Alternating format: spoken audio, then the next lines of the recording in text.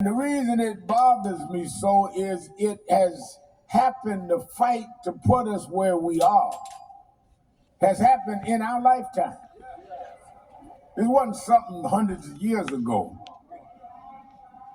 Many of our mothers and fathers could not vote. Our grandparents didn't even think about voting. So here we are inheriting something that was not inherent in the foundings of this country. The founders of the country never intended that we be treated as full citizens. The founders, they put in law. You know, there's a lot of people, I know in Texas there's a lot of controversy around immigration, and I'm against discrimination, though I don't think everybody need to be doing what they're doing. But we're the only ones in the country that by law said blacks couldn't do certain things. That was in the law. By law, we had to sit in the back of the bus. By law, we couldn't use the toilet downtown. By law, we couldn't eat in certain restaurants. It wasn't ambiguous, it was by law. Which is why we had to change the law. Andrew Jackson,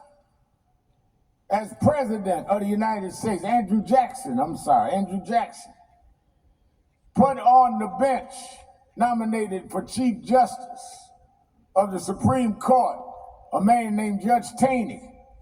Taney was the one that presided over the court that ruled in the Dred Scott decision, saying that blacks had no right, that a white was bound to respect because we were not full citizens. That's what Judge Taney's court said, nominated by Andrew Jackson. When Donald Trump became president in 2016, the only picture he hung up new in the Oval Office was a picture of President Andrew Jackson. I'm not telling you who to vote for, but I'm just giving you the facts.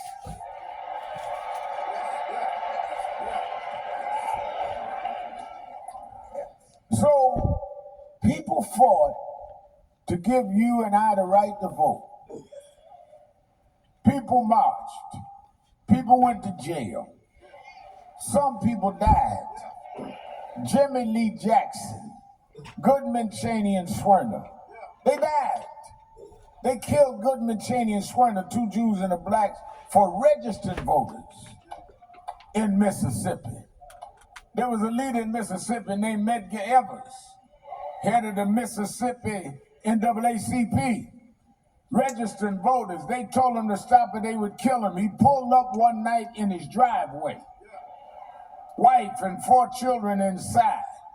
Man blew his brains out in his driveway in Jackson, Mississippi to give us the right to vote.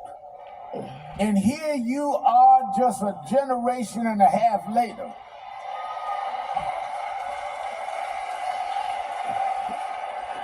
And you talking about, well, I don't know whether vote don't mean nothing. It's too hard, I'll do it. Mail in what they do. Too lazy and ungrateful.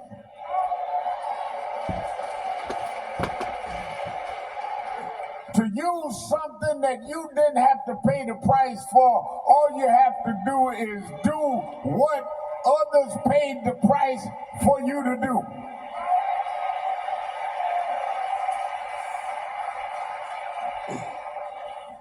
Then you got others on the other side. Well, voting don't mean nothing. Well, if it don't mean nothing, why is everybody trying to take our vote?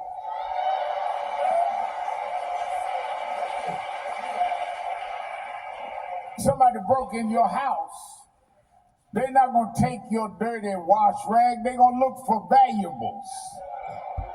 Money, jewelry. People don't take anything from you unless it's of value. Then you got those with a master's degree in ignorance.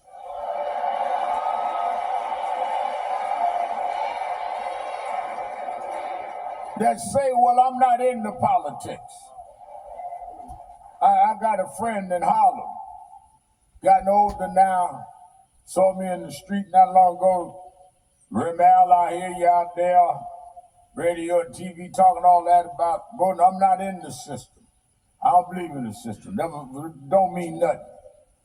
And blah, blah, blah, blah. And start quoting all radical stuff we used to read when we were kids. And we talked about 20 minutes back and forth. Finally, he said, well, let me go. I gotta go down here and check on my Social Security check. I said, I thought you wasn't in the system.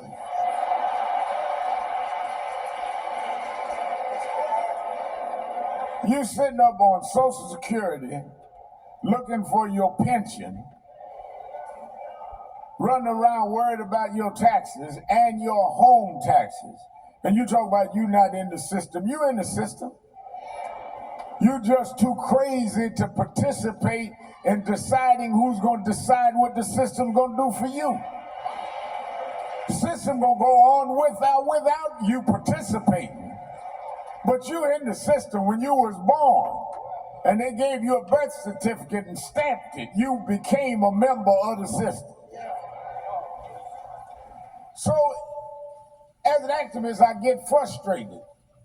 But as a preacher, I go back to the Bible. There were people just like us that had been in bondage.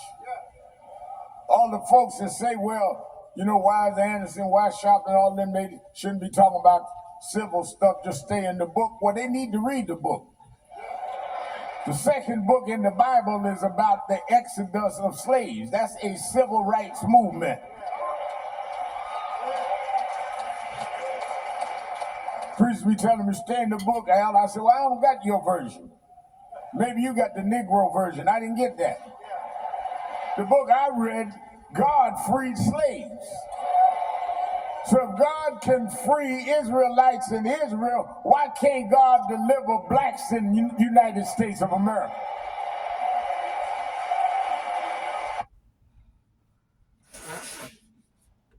Firehouse Subs, Hook and Ladder Jingle, take one. Hook and ladder, hook and ladder, and it's hot, it just tastes better. Oh, that smoky turkey. Wait, there's more to sing about. The sandwich is huge. You gotta sing faster.